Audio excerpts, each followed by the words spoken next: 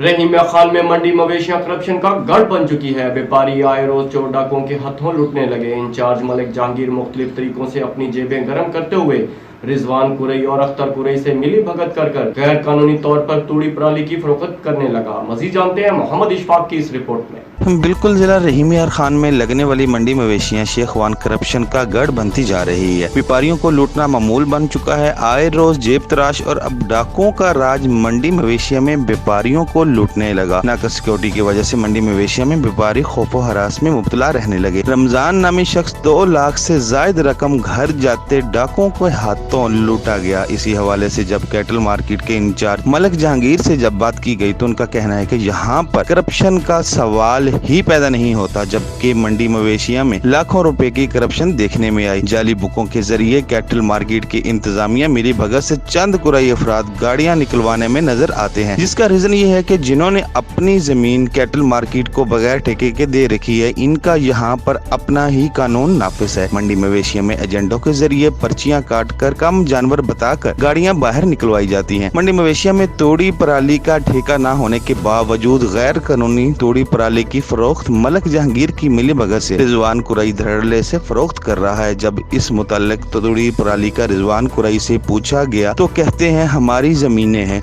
जिले इंतजामिया पर बहुत बड़ा सवालिया निशान पैदा होता है। व्यापारियों ने एहतजाज करते हुए कैटल मार्केट की नाकस इंतजामिया के खिलाफ वजीर आला पंजाब कमिश्नर बहावलपुर जफर इकबाल से फौरी तौर पर नोटिस लेने का मुतालबा किया है। कैमरामैन टीम के साथ इशफाक अहमद, राज न्यूज, रहीमिया खान।